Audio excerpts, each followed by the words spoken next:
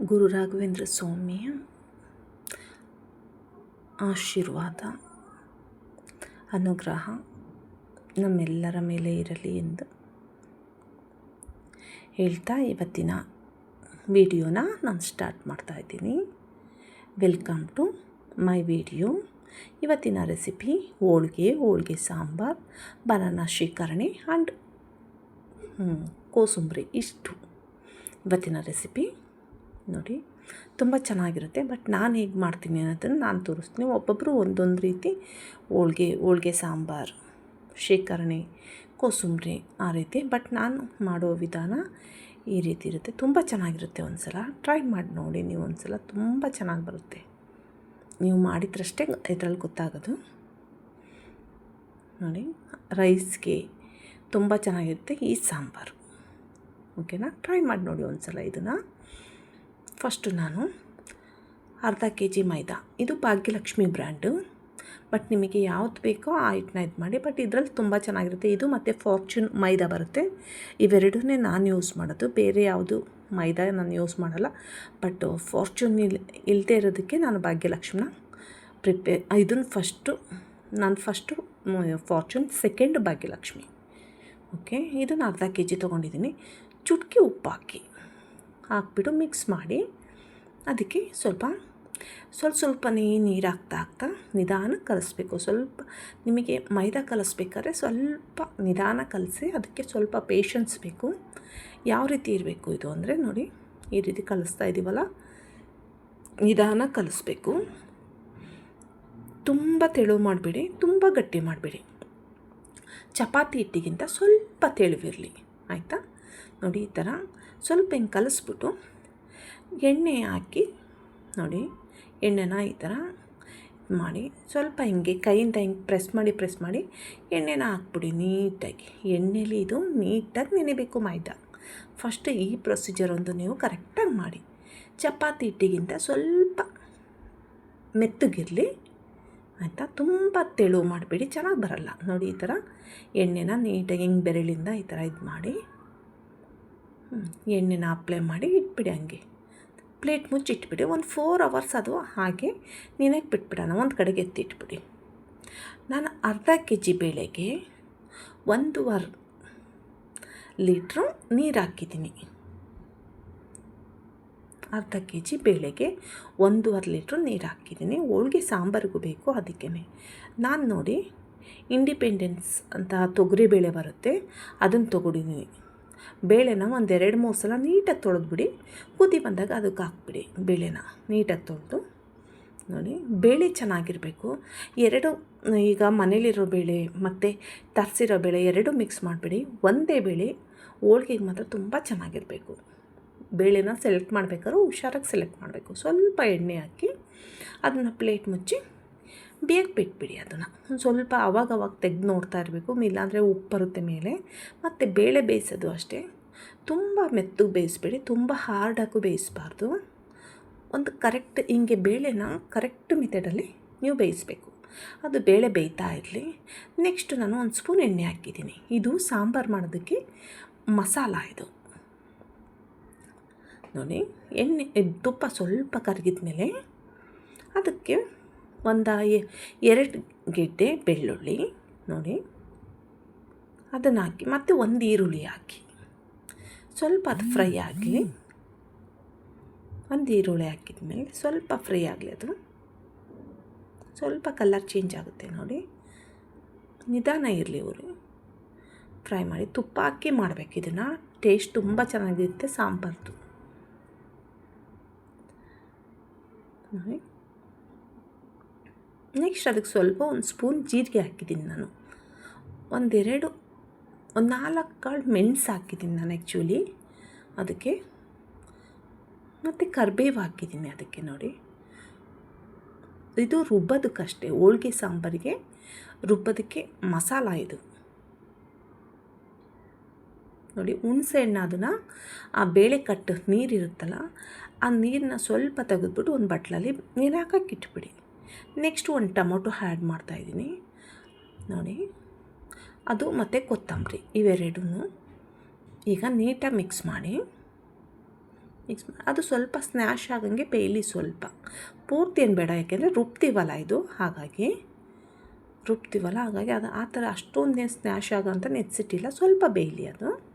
ಅದಕ್ಕೆ ಸ್ವಲ್ಪ ಉಪ್ಪು ಹಾಕಿ, ಬೇಗ ಬೇಯುತ್ತೆ ಟೊಮೊಟೊ, ಸ್ವಲ್ಪ ಸ್ನ್ಯಾಶ್ ಆಗಲಿ ಅದು. ಸ್ವಲ್ಪ ಬೆಂದಮೇಲೆ ನೋಡಿ ನಿಧಾನ ಬೇಯಲಿ, ಅದು ಫ್ರೈ ಆದಮೇಲೆ ಅದು ನೋಡಿ. ನೆಕ್ಸ್ಟ್ ಅದಕ್ಕೆ ಸ್ವಲ್ಪ ಯೆಲ್ಲೋ ಪೌಡರ್ ಇದೆಯಲ್ಲ ಅದನ್ನು ಆ್ಯಡ್ ಮಾಡಿ, ಅದು ಸ್ವಲ್ಪ ಫ್ರೈ ಆಗಲಿ ನೋಡಿ.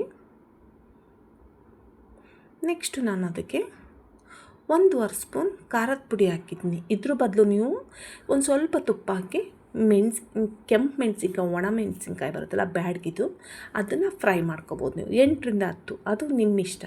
ಒಂದು ಅರ್ಧ ಸ್ಪೂನ್ ಧನಿಯಾ ಪೌಡ್ರ್ ಹಾಕ್ತಾಯಿದ್ದೀನಿ. ಮೆಣಸಿನ್ಕಾಯಿ ಬೇಕಾದ್ರೆ ಆ್ಯಡ್ ಮಾಡ್ಬೋದು, ಬಟ್ ನಾನು ಮೆಣಸಿನ್ಕಾಯಿ ಆ್ಯಡ್ ಮಾಡಲ್ಲ, ಖಾರದ ಪುಡಿ ಹಾಕ್ತಾಯಿದ್ದೀನಿ. ಇದಕ್ಕೆ ಸ್ವಲ್ಪ ಫ್ರೈ ಆಗಲಿ ಅದು.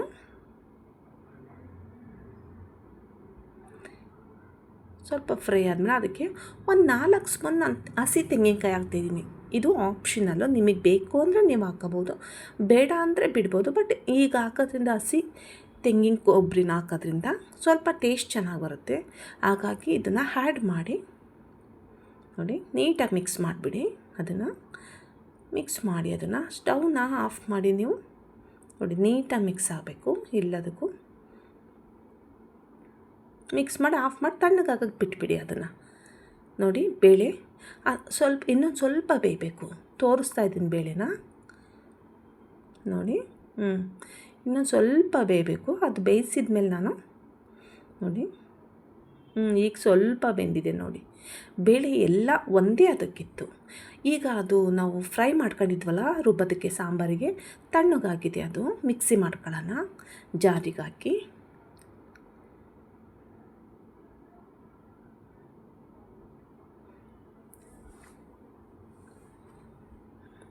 ಬೇಳೆ ಕಟ್ಟಿದ್ದು ರಸ ಇರುತ್ತಲ್ಲ ಅದಾದರೂ ಹಾಕೊಳ್ಳಿ, ಇಲ್ಲ ನೀರು ಹಾಕ್ಕೊಂಡಾರು ನುಣ್ಣಗೆ ರುಬ್ಬಕ್ಕೆ ಇಟ್ಬಿಡಿ.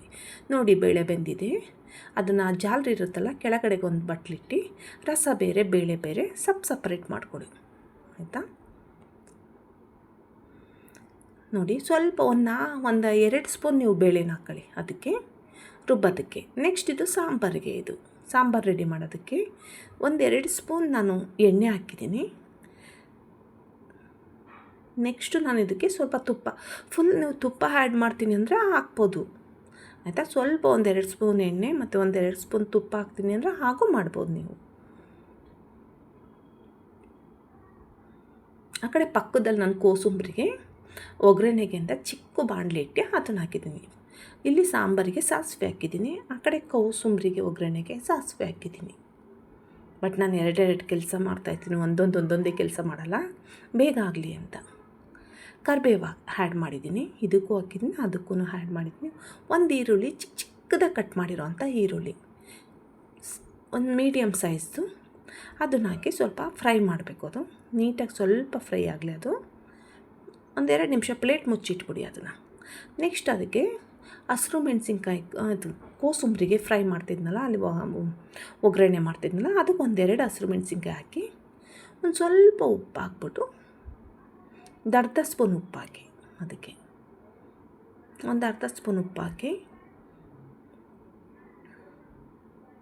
ನೋಡಿ, ಉಪ್ಪು ಹಾಕಿದ್ದೀನಿ.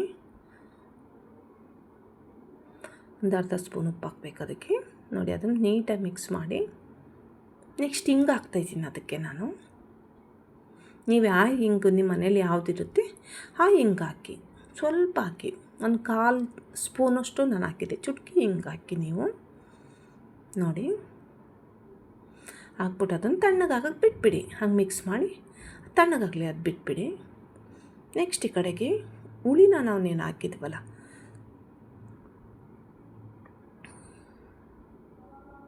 ಆ ಹುಳಿ ರಸನ ಹಾಕಬೇಕು ನೋಡಿ. ನೀಟಾಗಿ ನೆಂದಿದೆ ಅದು. ಮತ್ತು ಸ್ವಲ್ಪ ಬೇಳೆ ಕಟ್ಟ ಹಾಕಿ ಅದಕ್ಕೆ ಮತ್ತೆ ಅದು ನೀಟಾಗಿ ನೋಡಿ ರಸ ಎಲ್ಲ ತೆಗೆದು ನೀಟಾಗಿ ಹಾಕ್ಬಿಡು. ಅದು ಸ್ವಲ್ಪ ಗಟ್ಟಿ ಹಾಕಬೇಕು, ಅದಕ್ಕೆ ಒಂದು ಸ್ವಲ್ಪ ಅರಿಶಿನ ಹಾಕಿ ಬೇಯಕ್ಕೆ ಬಿಟ್ಬಿಡಿ ಅದನ್ನು. ಅದು ಹೇಗಿರಬೇಕು ಅಂದರೆ, ಅದು ನೀರಾಗಿದೆಯಲ್ಲ ಅದು ಸ್ವಲ್ಪ ಗಟ್ಟಿ ಆಗಬೇಕು, ಇದು ನೋಡಿ ಸ್ವಲ್ಪ ಅರಿಶಿನ ಹಾಕಿ ಈಗ ಸ್ವಲ್ಪ ಗಟ್ಟಿಯಾಗಿದೆ ನೋಡಿ, ಆ ಥರ ಗಟ್ಟಿಯಾಗಬೇಕು ಹುಳಿ ಬೆಂದು. ಅದಕ್ಕೆ ಈಗ ನಾವು ರುಬ್ಬಿದ್ವಲ್ಲ ಖಾರನ ನೋಡಿ, ಅದನ್ನು ಮಿಕ್ಸ್ ಮಾಡಿ ನುಣ್ಣಗೆ ರುಬ್ಬಬೇಕು. ಖಾರ ಮಾತ್ರ ಇದು ಮಸಾಲಾನ ಫ್ರೈ ಮಾಡಿಟ್ಟಿದ್ವಲ್ಲ ಅದನ್ನು ಸಾಂಬಾರಿಗೆ ಅಂತ ಸ್ವಲ್ಪ ನೀರು ಇಲ್ಲಾಂದರೆ ಕಟ್ಟು ರಸ ಇರುತ್ತಲ್ಲ ಅದನ್ನು ಹಾಕಿ ನೀಟಾಗಿ ಫ್ರೈ ಮಾಡಿ ಅದು 1-2 ನಿಮಿಷ ಹಂಗೆ ಬಿಟ್ಟು ನೆಕ್ಸ್ಟ್ ಅದಕ್ಕೆ ಸ್ವಲ್ಪ ಕಟ್ಟಿರುತ್ತಲ್ಲ ಕಟ್ಟಷ್ಟೇ ಹಾಕ್ಬೇಕು ನೀವು, ಸಪ್ರೇಟ್ ಯಾವುದೂ ಹಾಕ್ಬಾರ್ದು. ರಸ ಬೇಳೆ ಬೇಯಿಸಿರೋದು ಕಟ್ಟಿರುತ್ತಲ್ಲ ಅದನ್ನಷ್ಟೇ ಹಾಕಬೇಕು. 1-2 ನಿಮಿಷ ಅದನ್ನು ಬೇಯಕ್ಕೆ ಬಿಟ್ಬಿಡಿ. ನೆಕ್ಸ್ಟ್ ನಾನು ಅರ್ಧ kg ಬೇಳೆಗೆ ತೊಗರಿಬೇಳೆ ಅರ್ಧ kg ತೊಗೊಂಡಿದ್ನಲ್ಲ ಅದಕ್ಕೆ ಅರ್ಧ kg ಬೆಲ್ಲ ಆ್ಯಡ್ ಮಾಡ್ತಾಯಿದ್ದೀನಿ ನಾನು ನೋಡಿ. ಉಂಡೆ ಬೆಲ್ಲ ಇರುತ್ತಲ್ಲ ಅದು ನಾನು ಅದನ್ನು ಒಂದು ಚಾಕುನಿಂದ ಚಿಕ್ಕದಾಗಿ ತೆಗೆದು ಅದಕ್ಕೆ ನಾವು ಒಂದು ನೋಡಿ ಕಾಫಿ ಗ್ಲಾಸಲ್ಲಿ 1 ಗ್ಲಾಸ್ ನೀರು ಹಾಕಿ ಪಕ್ಕದಲ್ಲಿ ನಾನು ಅದನ್ನು ಬೇಯಕ್ಕೆ ಬಿಟ್ಟಿದ್ದೀನಿ, ಅದನ್ನು ಬೆಲ್ಲ ಕರಗಲಿ ಅಂತ. ಈಗ ಬೇಳೆ ಕಟ್ಟಿತ್ತಲ್ಲ ಈ ಕಡೆ ಹುಳಿ ಎಲ್ಲ ಬೆಂದು ಖಾರ ಸ್ವಲ್ಪ ಬೇಯಲಿ ಅಂತ ಬಿಟ್ಟಿದ್ವಲ್ಲ ಅದಕ್ಕೆ ಕಟ್ಟಾಕಿ ಸ್ವಲ್ಪ ನೀರು ಆ್ಯಡ್ ಮಾಡಿ, ಸ್ವಲ್ಪ ಇರಲಿ ನೋಡಿ, ಸ್ವಲ್ಪ ನೀರು ಹಾಕ್ಬಿಟ್ಟು ಬಿಟ್ಬಿಡಿ ಸಾಕಷ್ಟೇ. ನಮ್ಮ ಮನೆಗೆ ಅಷ್ಟೇ ಸಾಕು. ಈಗ ಇದಕ್ಕೆ ಕೋಸಂಬರಿಗೆ ನೋಡಿ ನಾನು ತೆಂಗಿನಕಾಯಿ ಇದ್ದು ಕ್ಯಾರೆಟು ಹೆಸರುಬೇಳೆ ಸೌತೆಕಾಯಿ ಒಗ್ಗರಣೆ ಹಾಕಿದ್ದು ಇದು ಮೆಣಸಿನ್ಕಾಯ್ದು ಹಸಿ ತೆಂಗಿನಕಾಯಿ ತುರಿ ಕೊತ್ತಂಬರಿ ಇಷ್ಟೂ ಒಂದು ತಟ್ಟೆಗೆ ಮುಚ್ಚಿಟ್ಬಿಡಿ. ಅದು ಊಟ ಮಾಡ್ಬೇಕಾದ್ರೆ ಮಿಕ್ಸ್ ಮಾಡಿ ಇದು ಮಾಡ್ಬೋದು. ಖಾರ ಇದು ಮಸಾಲೆ ಸಾಂಬಾರು ಬೇಯ್ತಾ ಇರುತ್ತಲ್ಲ ಅದಕ್ಕೆ ಸ್ವಲ್ಪ ನೀವು ಬೆಲ್ಲ ಹಾಕಬೇಕು. ಬೆಲ್ಲ ಹಾಕ್ಬಿಟ್ಟು ಸ್ವಲ್ಪ ರುಚಿಗೆ ತಕ್ಕಷ್ಟು ಉಪ್ಪು ಕೊತ್ತಂಬರಿ ಹಾಕಿ ಅದನ್ನು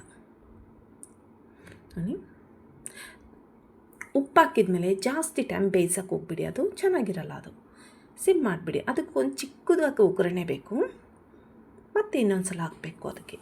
ಹಾಗಾಗಿ ನೋಡಿ ಪಕ್ಕದಲ್ಲಿ ಬೆಲ್ಲದ್ದು ಇದು ಬೇಯ್ತಿದ್ದೆ ಅದನ್ನು ಎತ್ತಿಟ್ಟು ನಾನು 1 ಸ್ಪೂನ್ ತುಪ್ಪ ಹಾಕಿದ್ದೀನಿ. ಅದು ಸ್ವಲ್ಪ ಕರಗಿದ ಮೇಲೆ ನೆಕ್ಸ್ಟ್ ಅದಕ್ಕೆ ಸಾಸಿವೆ ಕರಿಬೇವು ಒಣಮೆಣಸಿನ್ಕಾಯಿ ಇಷ್ಟನ್ನು ಹಾಕಿ ನೋಡಿ ಮೇಲ್ಗಡೆಯಿಂದ ನಾನು ಒಗ್ಗರಣೆ ಕೊಡ್ತಾಯಿದ್ದೀನಿ ನೋಡಿ. ತುಂಬ ಚೆನ್ನಾಗಿರುತ್ತೆ ಈ ಥರ ಮಾಡಿ. ಹೋಳಿಗೆ ಸಾಂಬಾರು ಪ್ರೋಸೆಸ್ ಇಲ್ಲಿಗೆ ಮುಗಿಯುತ್ತೆ. ನೆಕ್ಸ್ಟು ಬೆಲ್ಲ ಕರಗಕ್ಕೆ ಅಂತ ಇಟ್ಟಿದ್ನಲ್ಲಿ ನೋಡಿ, ಈ ಬೆಲ್ಲ ಈಗ ಕರಗಿದೆ. ಅದು ನಾವು ಒಂದು ಜಾಲರಿ ತೊಗೊಂಡು ಆ ಬೆಲ್ಲದ ನೀರಿದ್ದೀರ ಅದನ್ನೆಲ್ಲ ಸೋಸಬೇಕು. ಒಂದು ದೊಡ್ಡ ಬಾಣಲಿ ಇಟ್ಕೊಳ್ಳಿ, ದೊಡ್ಡ ಜಾಲರಿ ಬರುತ್ತೆ ಸ್ವಲ್ಪ ನೋಡಿ ಇಷ್ಟು. ಇದರಲ್ಲಿ ಆ ಬೆಲ್ಲದ್ದು ನೀರಿದ್ದ ಪಾಕ ಅದನ್ನು ನೀಟಾಗಿ ಸೋಸ್ಕೊಳ್ಳಿ. ಏನಾದ್ರು ಕಸ ಏನಾದ್ರು ಡಸ್ಟ್ ಇದ್ದರೆ ಅದರಿಂದ ಬರುತ್ತೆ ನೋಡಿ. ಸ್ವಲ್ಪ ನೀರಾಗಿ ಕ್ಲೀನ್ ಮಾಡಿ ಅದು ನಿಮ್ಗೆ ಇದು ಮಾಡಿದರೆ ಅದು ನೀಟಾಗಿ ಆಗುತ್ತೆ ಆಯಿತಾ. ಅದಕ್ಕೆ ಸ್ವಲ್ಪ ಅರ್ಧ kg ತೊಗರಿಬೇಳೆನ ಹಾಕಿದ್ದೀನಲ್ಲ ಅದು. ನೆಕ್ಸ್ಟು ಒಂದು 4 ಸ್ಪೂನ್ ನಾನು ಒಂದು ಹಿಡಿಯುವಷ್ಟು ನಾನು ತೆಂಗಿನಕಾಯಿ ಹಾಕಿದ್ದೀನಿ. ಒಂದು ಹಿಡಿಯುವಷ್ಟು, ಒಬ್ಬೊಬ್ಬರು ಹಾಕಲ್ಲ, ನೀವು ಬೇಡ ಅಂದರೆ ಸ್ಕಿಪ್ ಮಾಡ್ಬೋದು, ಅದು ನಿಮ್ಮ ಇಷ್ಟ. ಬಟ್ ನಾನು ಹಾಕಿದ್ದೀನಿ ಚೆನ್ನಾಗಿರುತ್ತೆ ಅಂತ. ಈ ಸೈಡು ದಾವಣಗೆರೆ ಸೈಡೆಲ್ಲ ತೆಂಗಿನಕಾಯಿ ಹಾಕಿದರೆ ಕರೆಕ್ಟಾಗಿ ಬರಲ್ಲ, ಅದು ಮಧ್ಯ ಸ್ವಲ್ಪ ಇದಾಗಿ ಸಿಗುತ್ತೆ ಅಂತ ಹಸಿ ತೆಂಗಿನಕಾಯಿ ಕೊಬ್ಬರಿನ ಹಾಕಲ್ಲ, ಬರೀ ತೊಗರಿಬೇಳೆ ಮಾತ್ರ ಹಾಕೋದು.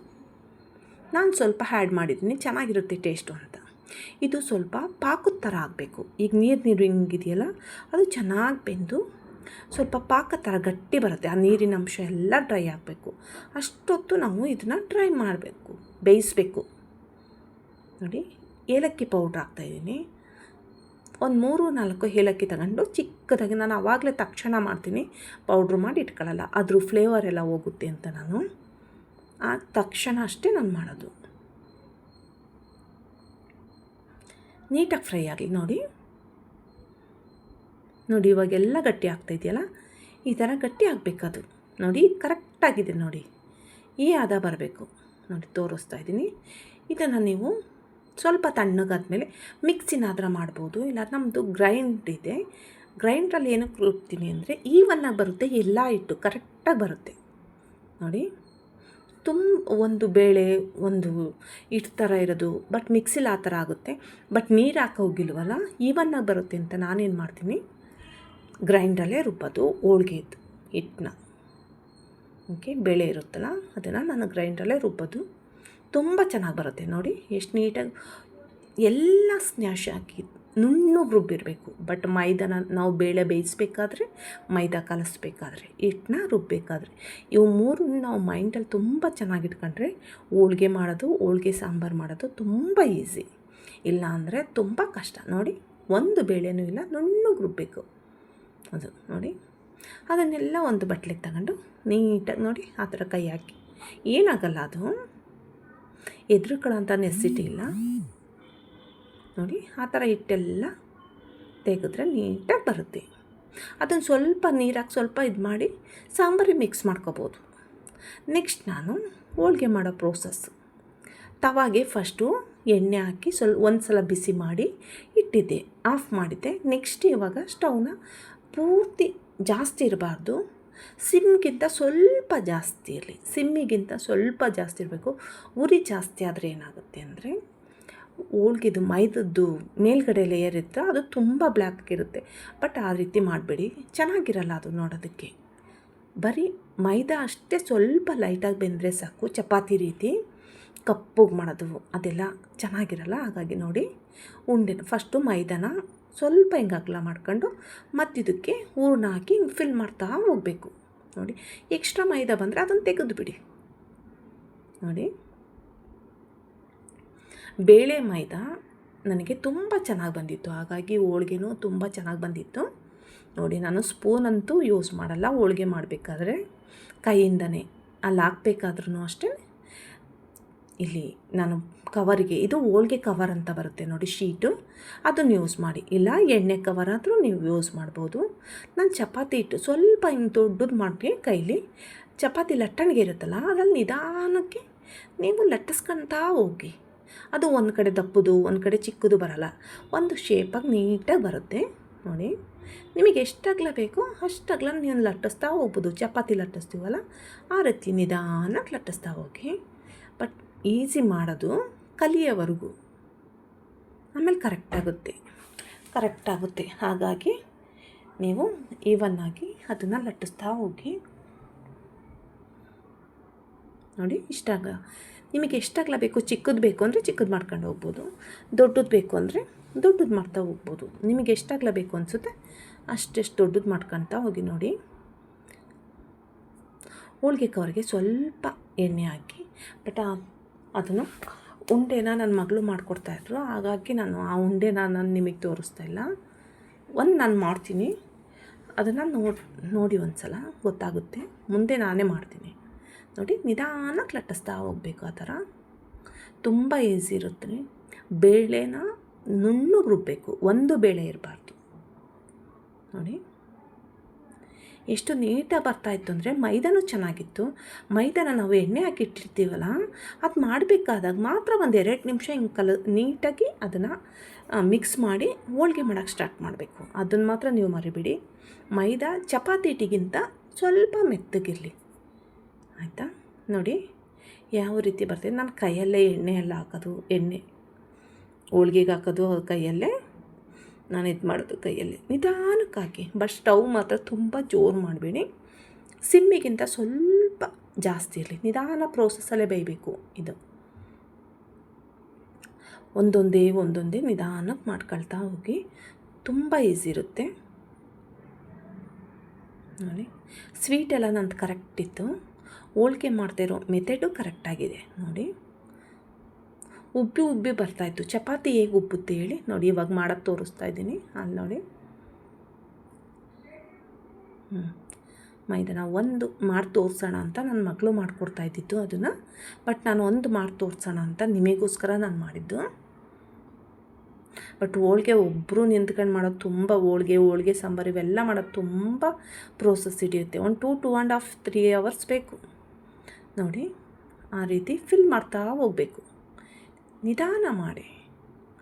ಹಂಗೆ ಆ ರೀತಿ ಮಾಡಿಬಿಟ್ಟು ಹಂಗೆ ನೀಟಾಗಿ ಸ್ವಲ್ಪ ಹಿಂಗೆ ಕೈಲಿ ಹಿಂಗೆ ತೊಟ್ಬಿಟ್ಟು, ಚಪಾತಿ ಲಟ್ಟಣಿಗೆ ಬರುತ್ತಲ್ಲ ಅದರಿಂದ ನೀವು ಲಟ್ಟಿಸ್ತಾ ಹೋಗ್ಬೋದು.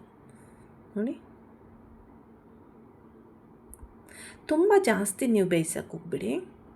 ಮೈದಾ ಅಷ್ಟೇ ಲೈಟಾಗಿ ಬೆಂದರೆ ಸಾಕು, ತುಂಬ ಬ್ಲ್ಯಾಕ್ ಕಲರ್ ಮಾಡೋಕ್ಕೆ ಹೋಗ್ಬಿಡಿ. ಹೋಳ್ಗೆನ ಚಪಾತಿ ಥರ ಹೇಗೆ ಬೇಯಿಸ್ತೀವೋ ಅಷ್ಟು ಬೇಯಿಸ್ಬಿಟ್ಟು ತೆಗೆದುಬಿಡಿ. ಅದನ್ನು ದಪ್ಪ ಮಾಡಬೇಡಿ. ಹೋಳ್ಗೆನ ಹಿಟ್ಟು ಜಾಸ್ತಿ ಹಾಕಿ ಚಿಕ್ಕದು ಮಾಡಿದರೆ ಬಟ್ ಅದು ಚೆನ್ನಾಗಿರಲ್ಲ. ನಿಮ್ಮ ಕೈಲಿ ಎಷ್ಟು ಸಾಧ್ಯನೋ ಅಷ್ಟು ದೊಡ್ಡದು ಮಾಡೋದಕ್ಕೆ ನೀವು ಟ್ರೈ ಮಾಡಿ. ದಾವಣಗೆರೆ ಸೈಡು ತುಂಬ ಚೆನ್ನಾಗಿ ಹೋಳ್ಗೆನ ಮಾಡ್ತಾರೆ. ಎಷ್ಟು ಸಾಧ್ಯನೋ ಅಷ್ಟು ತೆಳುವಾಗಿ ಮಾಡ್ತಾರೆ ನೋಡಿ. ಬಟ್ ಇವಾಗ ನಾನು ಆ ರೀತಿ ಕಲ್ತೀನಿ. ನನ್ನ ಕೈಲಿ ಎಷ್ಟು ಸಾಧ್ಯನೋ ಅಷ್ಟು ನಾನು ದೊಡ್ಡದು ಮಾಡೋದಕ್ಕೆ ನಾನು ಟ್ರೈ ಮಾಡ್ತೀನಿ. ಚಪಾತಿ ಮಾಡ್ತೀವಲ್ಲ ಅಷ್ಟಿಷ್ಟೇ ದೊಡ್ಡದು ಬರುತ್ತೆ. ಇದು ದೊಡ್ಡ ಚಪಾತಿ ಮಾಡ್ದಂಗೆ ಮಾಡ್ಬೋದು ನೋಡಿ. ಎಣ್ಣೆನ ಹಾಕ್ಬಿಟ್ಟು ಒಂದು ಕಡೆಯಿಂದ ಇನ್ನೊಂದು ಕಡೆಗೆ ತಿರುಗಿಸಿ ಹಾಕಿ ಅದನ್ನು ನೋಡಿ. ನಿಧಾನ ಇರಬೇಕು. ಜಾಸ್ತಿ ಟೈಮ್ ಬೇಯಿಸೋಕೆ ಹೋಗ್ಬಿಡಿ ನೀವು. ನಾನು ಅದನ್ನು ಪದೇ ಹೇಳ್ತಾ ಇದ್ದೀನಿ ನೋಡಿ. ಇವಾಗ ಉಬ್ಬಿ ಬರುತ್ತೆ ಮೇಲ್ಗಡೆ. ಹಾಗೆ ಚಪಾತಿ ಉಬ್ಬಿ ಬರುತ್ತಲ್ಲ, ಪೂರಿ ಚಪಾತಿ ಆ ರೀತಿ ಉಬ್ಬಿ ಬರುತ್ತೆ. ನಾನು 2-3 ಮಾಡಿ ತೋರಿಸಿದ್ದೀನಿ. ಯಾಕೆ ಅಂದರೆ ನಿಮಗೆ ಗೊತ್ತಾಗಲಿ ಅಂತ ಅಷ್ಟೇ. ನಾನು ಒಂದು ಮಾಡಿ ತೋರಿಸಿ ನಾನು ಸ್ಟಾಪ್ ಮಾಡ್ಬೋದಾಯಿತು. ಬಟ್ ಕಲಿಯೋರಿಗೆ ತುಂಬ ಜನಕ್ಕೆ ಗೊತ್ತಿದೆ. ಬಟ್ ಗೊತ್ತಿಲ್ಲದೆ ಇರೋರು ನೋಡ್ಕೊಳ್ಳಿ ನಿಧಾನಕ್ಕೆ ಈ ಪ್ರೋಸೆಸ್ನ ಅಂತ. ಸ್ವಲ್ಪ ಒಂದು ಕಡೆ ತಿರುಗಿಸಿ ಹಾಕಿದ್ಮೇಲೆ ಎಣ್ಣೆ ಹಾಕಿ ಮತ್ತು ಇನ್ನೊಂದು ಕಡೆ ತಿರುಗಿಸಿ ಹಾಕಿ ನೋಡಿ ಹೇಗೆ ಉಬ್ಬು ಬರ್ತಾಯಿದೆ ಅಂತ. ಪ್ರತಿಯೊಂದು ಹೋಳಿಗೆನೂ ಇದೇ ರೀತಿ ಬಂದಿದ್ದು ನೋಡಿ. ಇಷ್ಟೇ ಸಾಕು ಬೇಯಿಸೋದು, ಜಾಸ್ತಿ ಬೇಯಿಸ್ಬೇಡಿ.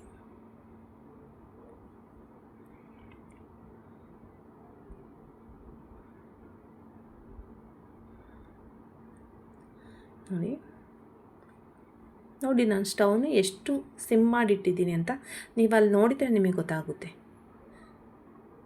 ಸಿಮ್ಮಿಗಿಂತ ಸ್ವಲ್ಪ ಹಿಂಗೆ ಜಾಸ್ತಿ ಮಾಡಿದ್ದೀನಿ ಅಷ್ಟೇ. ನಿಧಾನ ಉರಿಲೇ ಬೇಯಿಸಬೇಕು. ಬಟ್ ಈ ತವಾ ಇದೆಯಲ್ಲ ತುಂಬ ಚೆನ್ನಾಗಿ ಬಂದಿದೆ ನನಗೆ. ಆ್ಯಕ್ಚುಲಿ ಇಂಡಸ್ ವ್ಯಾಲ್ಯೂದು ಅನಿಸುತ್ತೆ. ಇದು ಇಂಡಸ್ ವ್ಯಾಲ್ಯೂದೆ ದೋಸೆ ತವಾ ಇರುತ್ತಲ್ಲ ನೋಡಿ. ಈಗ ನಾನು ಆಫ್ ಮಾಡ್ತೀನಿ ಅಷ್ಟೇ ಸ್ಟವ್ನ ನೋಡಿ. ತೋರಿಸ್ತಾ ಇದ್ದೀನಿ. ಆಫ್ ಮಾಡಿ ತೆಗೆದಿಟ್ಟಿದ್ದು ನೋಡಿ. ಹೋಳ್ಗೆ ಬನಾನಾ ಶ್ರೀಕರಣೆ ಹಾಲನ್ನ ನಾನು ಸಕ್ಕರೆ ಹಾಕಿ ಕುದಿಸ್ಬಿಟ್ಟು ಅದು ತಣ್ಣಗಾದ್ಮೇಲೆ ಫ್ರಿಡ್ಜಿಗೆ ಇಟ್ಟಿದ್ದೆ. ಅದಕ್ಕೆ ಚಿಕ್ಕದಾಗಿ ಬನಾನ ಕಟ್ ಮಾಡಿ ಹಾಕಬೇಕಷ್ಟೇ. ಬನಾನ ಕಟ್ ಮಾಡಿ ಫ್ರಿಡ್ಜಿಗೆ ಇಡಬೇಡಿ, ಹಾರ್ಡ್ ಆಗುತ್ತೆ ಅದು. ಆಯಿತಾ? ಬನಾನಾ, ಕೋಸಂಬರಿ, ಹೋಳ್ಗೆ ಸಾಂಬಾರು, ಶ್ರೀಕರಣೆ ಮಾಡಿದ್ಮೇಲೆ ಹೇಗಿತ್ತು ಅಂತ ತಿಳಿಸಿ. ಬಾಯ್. ಇನ್ನೊಂದು ವಿಡಿಯೋದೊಂದಿಗೆ ನಮ್ಮ ಭೇಟಿ.